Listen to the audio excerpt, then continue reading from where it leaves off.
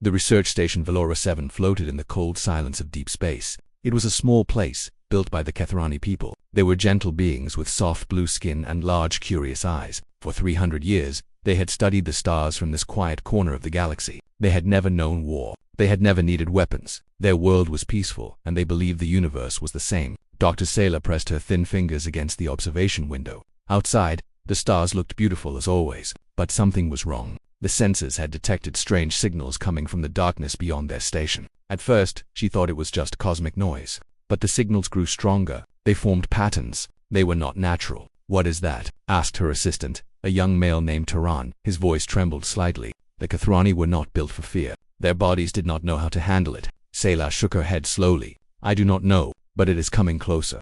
The station's warning system suddenly screamed to life. Red lights flashed across every corridor. The main computer announced in a calm voice that something massive was approaching, something the sensors could not identify. Through the window, Sayla saw it appear from the void. It was a ship unlike anything in the galactic records. It was black as death itself, covered in strange organic shapes that seemed to move and breathe. The ship was enormous. It made their research station look like a tiny insect floating before a great beast. "By the ancestors," Torn whispered. "What is that thing?" Before anyone could answer, the alien ship fired. A beam of sickly green light struck the station's outer ring. The explosion threw Sayla to the ground. She heard screaming through the communication channels. Fires broke out in the lower sections. The station's shields, designed only to protect against space debris, failed instantly. "We are under attack," shouted the station commander over the speakers. "All personnel, evacuate to the emergency pods." But there were not enough pods. There were never enough pods. The Kethrani had built this station for research, not for survival. They had 200 scientists on board, and only 50 escape pods.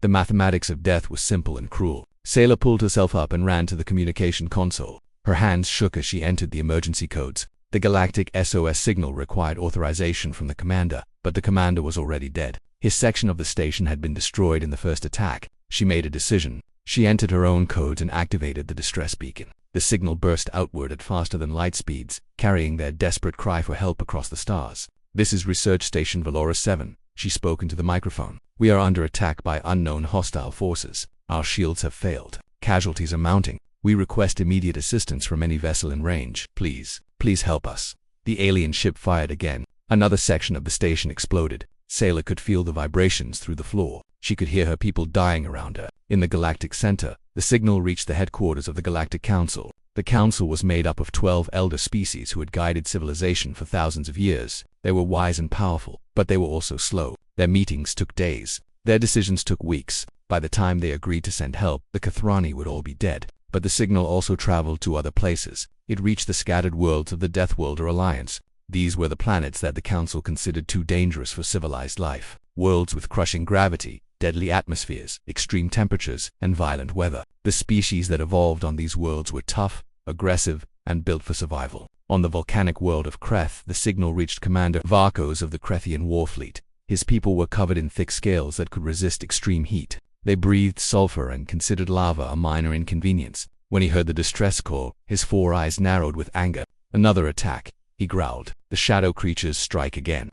On the frozen moon of Talaxis, Admiral Zereth of the Talaxian Navy received the same signal. Her people were covered in white fur and possessed natural antifreeze in their blood. They had evolved in temperatures that would freeze most species solid in seconds. "Deploy the fleet," she ordered without hesitation. "We move now."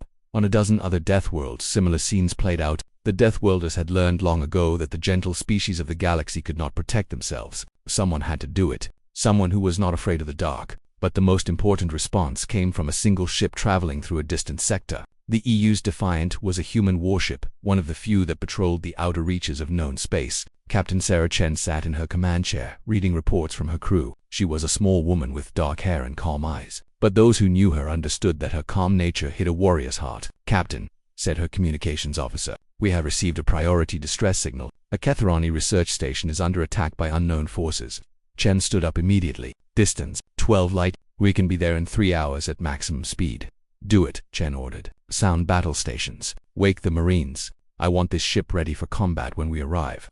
The bridge crew moved with practiced efficiency. Humans were strange creatures by galactic standards. They came from a world filled with poison, predators, disease, and natural disasters. They should have died 1,000 times over during their evolution. Instead, they had become something unexpected. They had become persistent. They had become adaptable. They had become dangerous. "Captain," said the navigation officer, "I am detecting other ships moving toward the same coordinates. They bear Deathworlder Alliance signatures."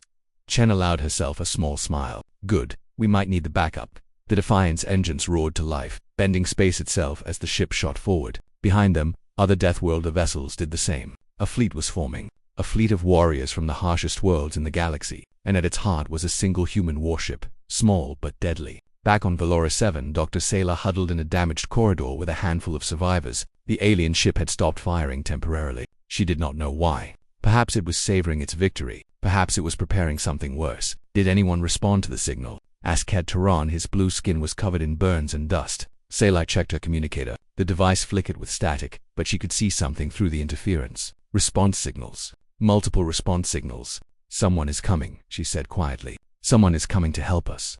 She did not know who. She did not know if they would arrive in time. But for the first time since the attack began, she felt something strange in her chest. It was an emotion her peaceful species rarely experienced. It was hope mixed with something else, something that humans called defiance. In the darkness of space, the alien ship waited. Its creators had destroyed countless civilizations across countless galaxies. They had never been defeated. They had never been challenged. They did not know that this time would be different. They did not know that their victims had called for help. And they certainly did not know what a human warship was capable of when innocent lives were at stake. The universe was about to teach them a lesson they would never forget.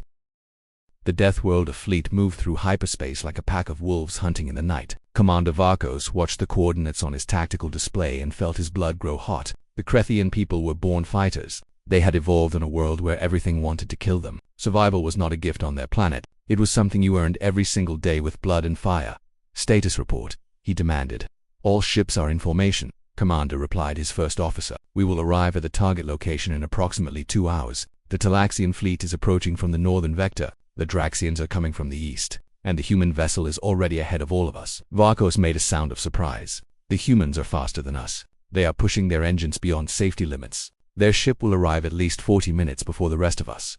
This news made Varkos pause. He had met humans before. They were physically unimpressive compared to most death. They were not as strong as the Krethians. They were not as tough as the They could not survive extreme temperatures like the Talaxian. By all logical measurements, they should have been classified as a vulnerable species, but they were not. The humans were perhaps the most terrifying Deathworlders of all, not because of their bodies but because of their minds. They never gave up. They never surrendered. They would fight against impossible odds with smiles on their faces. They called it many things. Courage, stubbornness, determination. Whatever the name, it made them dangerous beyond measure. "Contact the human vessel," Varkos ordered. "I wish to speak with their captain." The communication screen flickered to life. Captain Sarah Chen appeared on the display. She was sitting in her command chair surrounded by crew members who were preparing for battle. Her face was calm, but her eyes held a sharp intensity that Varkos recognized immediately. It was the look of a predator. "Commander Varkos," she greeted him. "I assume you received the distress signal as well." "We did." "My people are moving as fast as we can, but I see your ship is ahead of the fleet. Why are you pushing so hard? You will damage your engines." Chen's expression did not change. "Because every minute we delay, more innocent people die. Engine damage can be repaired. Dead civilians cannot be brought back to life." Varkos felt something unfamiliar stir in his chest. It was respect. Deep, genuine respect. The Krethians valued strength and honor above all things. This human woman possessed both in abundance. "What do you know about the attackers?" he asked. "Not much," Chen admitted. The distress signal described the hostile ship as large, organic-looking, and extremely powerful. It destroyed the station's shields with a single shot. "That tells me we are dealing with technology far beyond anything in the galactic database." "The shadow creatures," Varkos muttered darkly. Chen leaned forward. "You know what they are. Stories only. Legends passed down through Krethian history. They speak of beings that come from the space between galaxies. Creatures of darkness that consume entire civilizations. We thought they were myths. Tales told to frighten children." "Well, it seems the myths are real," Chen said. "Do these legends mention any weaknesses?" Varkos was silent for a moment. The old stories were not encouraging. According to legend, the shadow creatures had never been defeated. Every civilization they encountered was destroyed completely. There were no survivors, no records, just empty planets and silence. "The legends say they cannot be stopped," he finally admitted. Chun's eyes hardened. "With respect, Commander, I don't believe in things that cannot be stopped. Everything has a weakness. Everything can be defeated. We just need to find the right approach." On the bridge of the Defiant, the crew worked with intense focus. Lieutenant Commander David Park, the ship's tactical officer, was analyzing every piece of data they had about the hostile vessel. "Captain," he reported. Based on the sensor readings from the station, the enemy ship appears to be approximately 3 kilometers in length. Its hull composition is unlike anything we have encountered before. It seems to be partly biological and partly mechanical. Weapons assessment, Chen asked. Unknown energy weapons with extreme destructive capability. No visible shield generators, but their hull may provide natural protection. I am detecting strange energy signatures throughout their structure. It almost looks like the ship is alive. Ensign Maria Santos, the youngest member of the bridge crew, looked up from her station. Captain, if the ship is alive, does that mean we are dealing with a creature rather than a vessel? Chen considered the question carefully. Perhaps it is both. Or perhaps the distinction does not matter. Our job is to protect those people on the station. Whatever that thing is, we will fight it. The communications officer, Lieutenant James Wilson, interrupted with an urgent report. Captain, I am receiving updated signals from the station. The attack has resumed. Casualties are mounting rapidly. They estimate only 60 survivors remain out of an original crew of 200. Chun's jaw tightened. 60 people, 60 innocent scientists who had never harmed anyone, and that number was dropping every minute. How long until we arrive? She demanded. 47 minutes at current speed. Push the engines harder. The chief engineer's voice came over the intercom. Captain, if we push any harder, we risk a core breach. The engines are already operating at 120% capacity. Then find another 10%, Chen ordered. Those people are counting on us.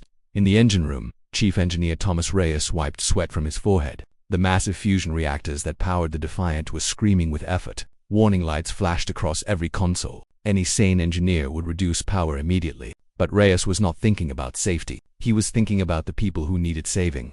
Okay, everyone, he shouted to his team. The captain needs more power. Let's give her what she wants. Chief, the containment fields are already at maximum stress, one of his technicians protested. Then reinforce them. Reroute power from non-essential systems. Strip the recreational facilities if you have to. I don't care about comfort right now. I care about speed. His team moved with desperate energy. They disconnected luxury systems. They diverted power from the crew quarters. They pushed the ship's technology to its absolute limits. And slowly, painfully, the Defiant accelerated even faster. Across the fleet, similar scenes played out. The Deathworlders pushed their own vessels to dangerous speeds. They were not going to let the humans face this threat alone. They had fought alongside humans before. They had seen what these strange, fragile-looking beings were capable of achieving. If the humans believed this enemy could be defeated, then the Deathworlders would believe it too.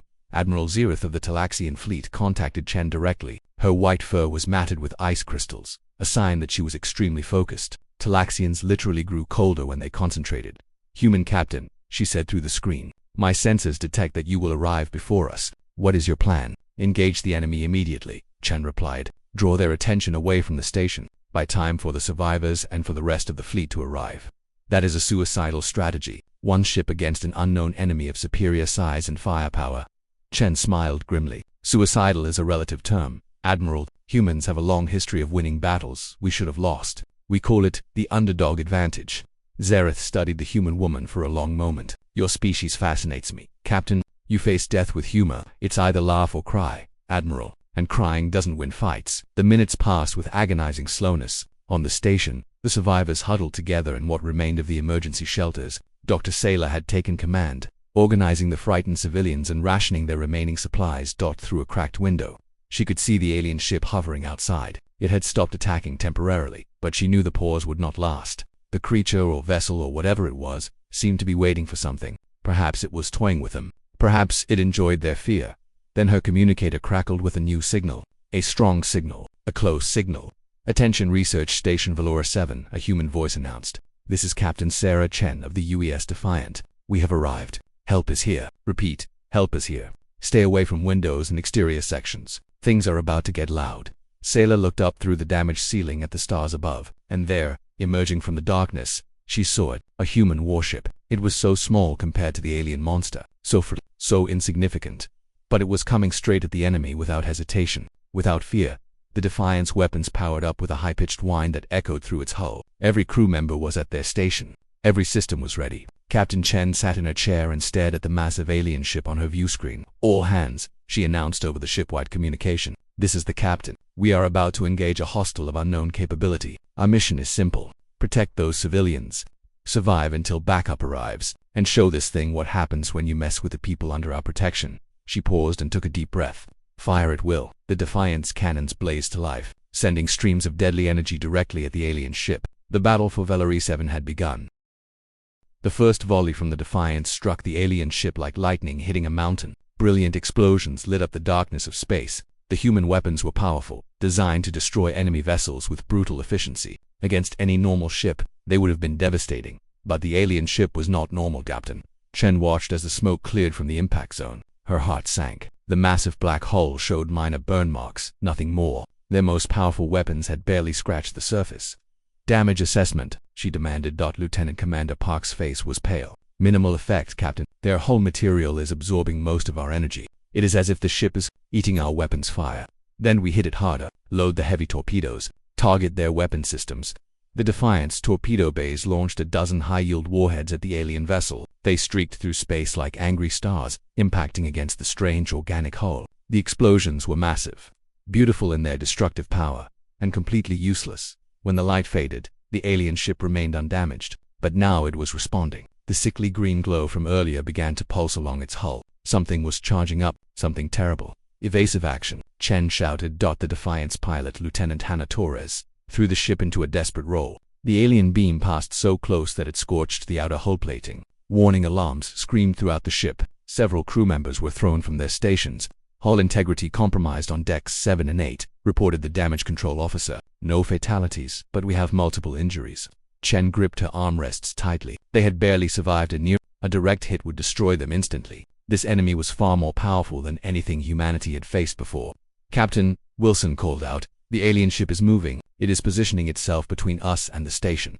On the tactical display, Chen could see what was happening. The creature was intelligent. It recognized that the Defiant was trying to protect the survivors, so it was blocking them, forcing them to go through it to reach the station. It knows what we are doing, Chen muttered. It understands tactics. Perhaps it has fought other warships before, Park suggested. Other civilizations that tried to stop it. And lost, Chen added grimly. Every single one. The alien ship fired again. This time Torres was ready. She pulled a Defiant through a series of impossible maneuvers, dodging the deadly beam by meters. The ship groaned under the stress. Humans pushed their technology hard, but there were limits to what even their vessels could endure. Captain, we cannot keep this up, Torres said through gritted teeth. Our structural integrity is failing. The ship was not designed for sustained combat against something this powerful. Chen knew she was right, but retreat was not an option. The station was right there. 60 people were waiting for rescue. If the Defiant ran, those people would die. Maintain evasive pattern, she ordered. Keep its attention on us. Every second we survive is another second for the fleet to arrive. Inside the damaged station, Dr. Saylor watched the battle through a cracked observation window. She could see the human ship dancing through space, dodging green beams of destruction. It looked so small, so vulnerable, yet it kept fighting. They are going to die for us, Torrance said quietly beside her. Saylor nodded slowly. She had never understood humans before. Her people had heard stories about them, of course. The strange Deathworlders from the planet called Earth.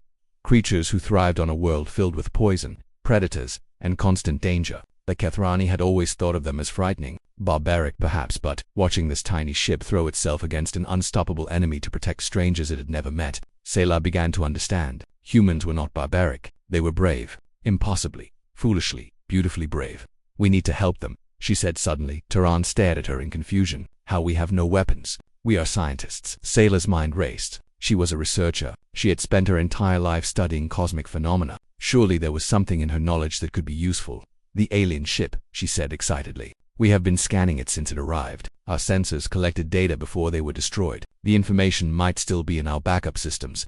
You think we can find a weakness? I think we have to try.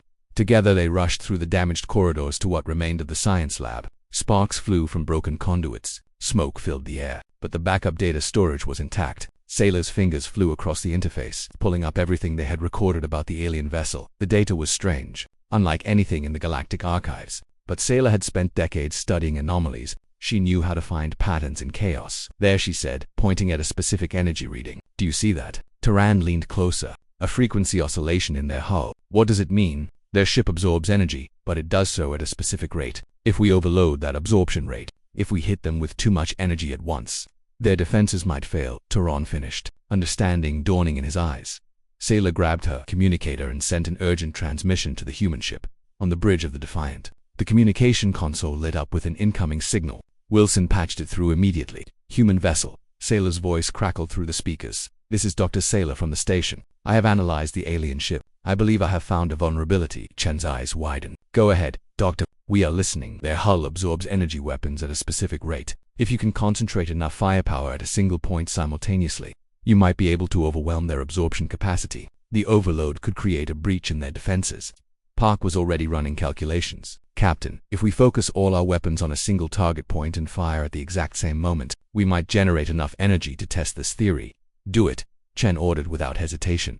The Defiant's weapon systems realigned.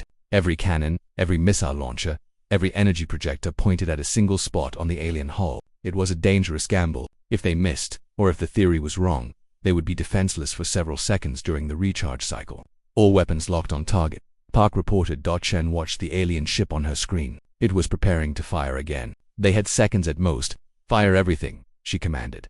The Defiant unleashed its full arsenal in a single devastating instant. The combined energy output was enormous, far beyond normal combat parameters. The beam of concentrated destruction struck the alien hull with the force of a small star. For a heartbeat, nothing happened. Then the alien ship screamed. It was not a sound that traveled through space. It was a psychic shriek that pierced the minds of everyone in the area. Crew members grabbed their heads in pain. Some collapsed to the floor. Even the Kethrani survivors on the station felt the terrible mental cry. But it meant something incredible. The attack had worked. A smoking wound had appeared in the alien hull. Dark fluid leaked from the breach. The massive ship was actually damaged. Chen pushed through the psychic pain and forced herself to focus. Target that breach. Fire again.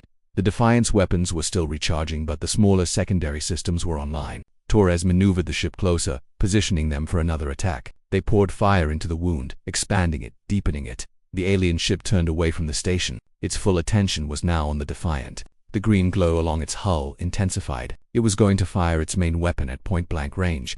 All hands braced for impact, Chen announced. But the alien weapon never fired, because at that exact moment, the rest of the Deathworlder fleet arrived.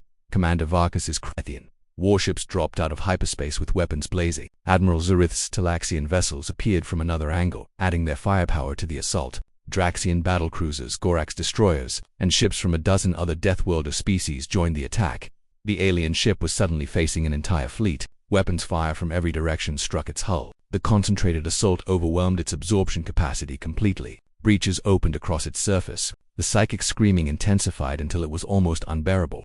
Press the attack, Varkos roared through the fleet communication. Do not give it time to recover. The Deathworlders showed why they had earned their fearsome reputation. They fought with savage determination, with relentless aggression. Their ships moved in coordinated attack patterns. Striking the wounded alien vessel from every angle, the massive black ship began to retreat. For the first time in its long existence, it was running from a battle. Its engines flared as it tried to escape into deep space. But the Deathworlders were not going to let it go that easily. The hunt had only begun. The wounded alien ship fled through the void with the Deathworlder fleet in pursuit. It moved with surprising speed for something so damaged, leaving trails of dark fluid behind it like blood in water. But the fleet matched its pace, refusing to let their prey escape. On the bridge of the Defiant, Captain Chen watched the chase unfold. Her ship had taken serious damage during the initial engagement. Several compartments were venting atmosphere. The engines were running hot. But her crew was still functional, and that was what mattered.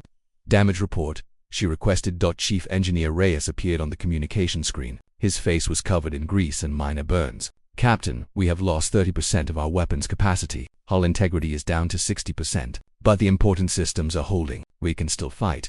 Good, because this battle is not over yet.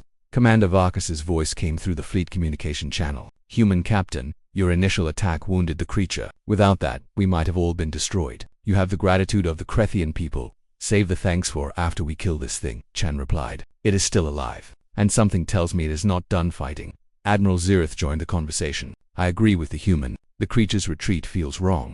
It is too organized, too controlled. I believe it has a purpose beyond simple survival.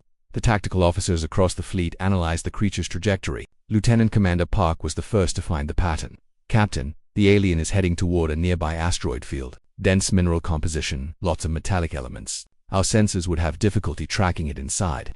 A hiding place, Chen realized. It wants to lose us in there. Varkos growled with frustration. We cannot let it escape. If this creature reaches other systems, other civilian populations, we won't let that happen, Chen said firmly. Admiral Zarith, Commander Varkos, I propose we split our forces. Half the fleet stays on pursuit, the other half moves to surround the asteroid field and block any escape routes. A hunting formation, Zarith noted with approval. The Talaxian Navy used similar tactics against the ice serpents of our home moon. Very effective. The fleet divided according to the plan. The Krethian and human ships continued the direct pursuit. The Talaxian and Draxian vessels circled around to establish a blockade. Within minutes, the trap was set. The alien creature entered the asteroid field with the pursuers close behind. Giant rocks tumbled through space, creating a maze of stone and metal. Sensors became unreliable. Visual contact became the only way to track the enemy. Switch to manual targeting, Chen ordered. Helm, take us in carefully. Watch for ambush positions. Lieutenant Torres guided the Defiant through the debris field with expert skill. Around them, massive asteroids drifted past like mountains in motion. The Krethian ships followed, their thick hulls shrugging off minor impacts that would have crippled lesser vessels for several minutes. There was silence. The creature seemed to have vanished among the rocks. Some began to hope it had died from its wounds. Those hopes were about to be crushed.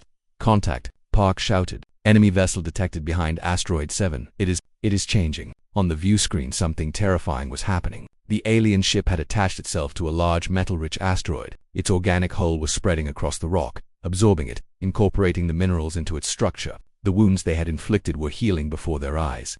It is regenerating, Chen breathed. The thing is using the asteroid to repair itself. Vakos cursed in his native language. We must stop it before it finishes healing. All ships, attack now. The Krethian warships charged forward, weapons blazing. Their bravery was admirable, but the narrow passages of the asteroid field limited their maneuverability. The alien creature turned to face them, its partially healed weapons glowing with deadly green light. The first Krethian ship was struck directly. The vessel exploded instantly, killing everyone aboard. A second ship tried to evade but clipped an asteroid and spun out of control. The creature was using the terrain against them, turning their aggressive charge into a death trap. Pull back, Chen ordered over the fleet communication. You are too bunched up. You are making it easy for the creature to hit you. Vakas's voice was thick with grief. Those were my warriors, my brothers, and they will have died for nothing if we all get killed, Chen said harshly. We need a new strategy. Fall back to the edge of the asteroid field. Regroup. The surviving Krethian ships retreated reluctantly. The creature did not pursue. It remained attached to the asteroid, continuing its regeneration process. In the relative safety at the edge of the debris field, the fleet commanders gathered for a quick strategy session via holographic communication. The humans, Krethians, Talaxians, and Draxians all appeared as shimmering images on the Defiance bridge. Frontal assault failed, Admiral Zirith observed coldly. The creature is too well protected in there, and every minute we wait it grows stronger. A Draxian warlord named Korith slammed his massive fist against his command console. Then we blast the entire asteroid field apart. Destroy every rock until there is nowhere left to hide. That would take hours, Park interjected. The creature would fully regenerate long before we finished. Korith snarled at the human officer. Then what do you suggest, little mammal? Chen stepped forward before the situation could escalate. We need to get close without being seen. Something small and fast that can slip through the debris field undetected.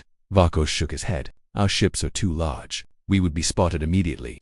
Yes, your ships would, Chen agreed. But we have something else. She turned to her Marine commander, Major Elena Rodriguez. Major, how quickly can you prep an assault shuttle for insertion? Rodriguez's eyes widened with understanding. 20 minutes, Captain. But a shuttle would be practically defenseless against that thing. The shuttle's job is to deliver a package, not to fight. Can you get close enough to the creature to plant demolition charges directly on its hull? Everyone in the holographic meeting stared at the human captain in shock. She was proposing to send a tiny shuttle into the heart of the asteroid field, past the creature's defenses, to plant explosives on its body. It was insane. It was suicidal. It was exactly the kind of plan humans were known for.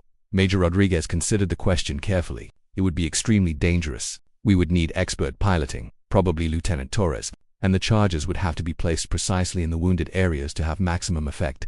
Then you would need to go on foot, Chen said. Exit the shuttle and walk on the creature's hull. On its hull, Rodriguez repeated slowly. The same hull that absorbs energy and appears to be alive. Do you think it can be done? Rodriguez was quiet for a long moment. Then she smiled, showing teeth. Captain, we are humans. Of course it can be done. Vakos watched this exchange with growing amazement. You are volunteering to walk on the surface of that monster and plant explosives, while it is conscious, while it could kill you at any moment. Chen nodded. That is the plan. Yes. Your species is completely insane. Commander, we prefer the term determined. Now, will you provide covering fire while our shuttle makes its approach? The Deathworlder commanders looked at each other. They had heard stories of human bravery. They had heard tales of impossible missions completed against all odds, but seeing it firsthand was something else entirely. We will provide all the cover fire you need, Zirith said finally, and if you succeed, every Talaxian song of victory will mention this day. Let's worry about surviving first, Chen said, then we can discuss songs. The assault shuttle was prepped in record time. Lieutenant Torres volunteered to pilot it personally. Major Rodriguez selected her best Marines for the ground team. Each soldier was equipped with specialized cutting tools, demolition charges, and magnetic boots for walking on the creature's hull, that is the shuttle, prepared to launch. Captain Chen addressed the Marines personally. "I would go with you if I could," she told them. "But my place is on this bridge, coordinating the fleet. I need you to do what you do best. Complete the mission. Come home alive." Rodriguez snapped a sharp salute. "I, Captain, will make you proud." "You already have, Major. Now go kill that thing." The shuttle departed the Defiance hangar bay and turned toward the asteroid field. Behind it, the entire Deathworlder fleet prepared for one final assault. Their weapons charged, their engines powered up. The creature inside the field had no idea what was coming. It was too focused on regeneration, too arrogant in its ancient power. It did not understand that it had made a terrible mistake. It had given humans a reason to fight, and humans never ever gave up. The assault shuttle slipped through the asteroid field like a shadow moving between tombstones. Lieutenant Torres guided it with incredible precision, threading through gaps that seemed too small to navigate. Her hands moved across the controls with the confidence of someone who had practiced this skill for years. Inside the passenger compartment, Major Rodriguez and her 5 Marines sat in tense silence. Their specialized armor was designed for zero-gravity operations, equipped with life support, magnetic boots, and enough explosive charges to level a small city. Each soldier knew the risks. Each soldier had volunteered anyway. Approaching target zone, Torres announced through the intercom. "I have visual on the creature. It is still attached to the asteroid. Regeneration appears to be approximately 70% complete." Rodriguez looked out the small window and felt her breath catch. The creature was enormous up close. Its organic hull pulsed with a sickly light. Strange appendages grew and retracted along its surface. The wounds from their earlier attack were closing, dark tissue growing over the breaches like living scabs. "How much time before it finishes healing?" she asked. "No, but I would estimate less than 15 minutes based on the rate of growth." 15 minutes. That was all the time they had to complete their mission. Rodriguez turned to her team. "Listen up. We insert here. Move fast. Plant charges on the damaged sections before they close completely. The exposed areas will give us access to the creature's interior. We need at least 6 charges placed deep inside for maximum effect. Then we get back to the shuttle and pray Torres can outrun the explosion." Corporal James Blake, the youngest member of the team, raised his hand. "Major, what if the creature notices us walking on its skin? Then we die." "Corporal, any other questions?" There were none. The Marines prepared for insertion. Torres brought the shuttle as close as she dared, hiding behind a smaller asteroid that drifted near the creature's body. The soldiers opened the rear hatch and stepped out into the vacuum of space. Their magnetic boots activated, pulling them toward the metallic portions of the asteroid below. They crossed the rock quickly, using their training to maintain low profiles. The creature towered above them, blotting out the stars. Its surface was covered in strange textures, some smooth like glass, others rough like coral. Dark fluid seeped from various pores, floating away in bubbles of alien blood. Rodriguez spotted the nearest wound, a deep gash in the hull that had not yet closed. She signaled her team to follow and began climbing up the creature's body.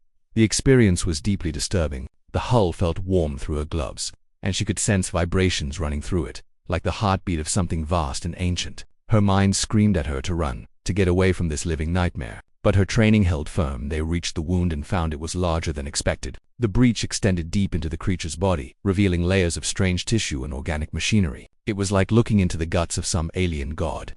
"Blake Martinez, take positions on the left side," Rodriguez ordered via silent hand signals. "Plant charges at 10-meter intervals. Chen and Walker, you are with me on the right. Jackson, maintain watch for any defensive response." The team split up and went to work. They moved with practiced efficiency, finding solid mounting points and securing their explosives. The charges were set to detonate simultaneously via remote signal, ensuring maximum damage to the creature's internal structure. Rodriguez was planting her 3rd charge when she felt the hull beneath her shift. The creature was moving. It was waking up.